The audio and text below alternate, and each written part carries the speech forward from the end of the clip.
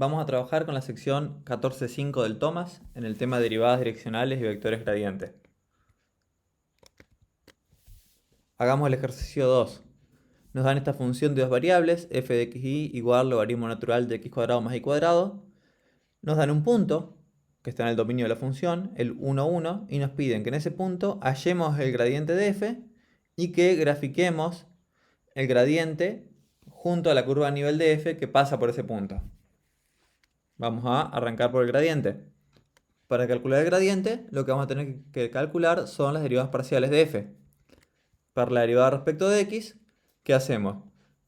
Vemos primero, antes que nada, el logaritmo de algo, o sea que su derivada va a ser 1 sobre ese algo. Ahora, por regla de la cadena, me va a aparecer también por la derivada respecto de x de ese algo que yo tenía en el logaritmo. La derivada respecto de x cuadrado más y cuadrado es 2x, así que así nos va a quedar la primera derivada parcial. Para la derivada respecto de y, lo mismo, solamente que en el numerador nos va a quedar ahora 2y. Entonces, el gradiente de f de xy va a ser la función vectorial que tiene como componente y a la derivada respecto de x y como componente j a la derivada respecto de y. Así que el gradiente en 1, 1, que es lo que me pedía el ejercicio, en el punto P, me da I más J. Vamos ahora a cómo vamos a graficar el gradiente junto a la curva de nivel. Bueno, para graficarlo vamos después a usar GeoGebra, pero antes que nada necesitamos ver cómo calculamos la curva de nivel. A ver, pensémoslo un poco. Nosotros queremos la curva de nivel de f que pasa por ese punto P. Una curva de nivel, ¿cómo se definía? Como una f de xy igual c. Ahora, ese c acá, ¿quién es? Bueno, yo quiero justamente que el punto 1, 1 esté dentro de esa curva de nivel. O sea, que f de 1, 1 tiene que ser igual a ese c. Y listo, ya con eso puedo calcular quién es c.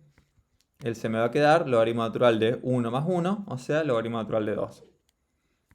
Así que la expresión para la curva de nivel va a ser f de xy igual logaritmo natural de 2. Reemplazamos eso en la expresión de la función y acomodamos un poco los términos. Nos queda que el logaritmo de x cuadrado más y cuadrado es logaritmo natural de 2. O sea que la expresión para la curva de nivel es x cuadrado más y cuadrado igual 2. Vamos a ver un poco esto ahora sí gráficamente. Vamos a ver primero cómo es nuestra f. Vamos a borrar esto. Nuestra f de xy, ahí está, es esta función. Yo tengo acá en el plano xy mi dominio y en el eje z la imagen. Me queda esta superficie que parece como un embudo. Ahora, si yo quiero ver la curva a nivel, otra forma de pensar en la curva a nivel es decir, bueno, ¿qué pasa si yo agarro y a esta superficie la corto justamente con el plano z igual c? ¿Sí? Que nosotros habíamos visto que era el logaritmo natural de 2. Bueno, lo que nos queda, si cortamos, dibujamos el plano ahí, vamos ahora a usar la herramienta de GeoGebra de intersección. Y ya está, ahí nos marca justamente el dibujo. Esto no es exactamente la curva de nivel porque la curva de nivel debería estar solamente en el dominio, o sea, debería corresponder a una gráfica en el plano XY, como esto que obtenemos acá. Pero esto obviamente no está en el plano XY, ¿sí?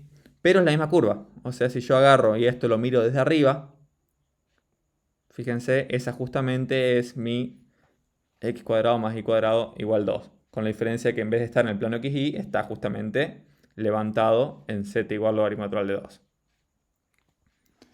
Vamos a verlo ahora en el plano eso, justamente en el dominio de f.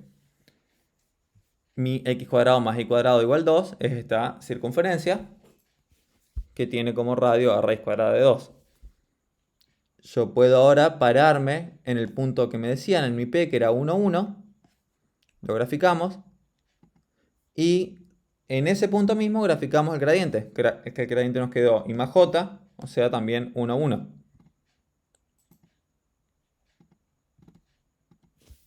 estoy pudiendo graficar. Ahí está.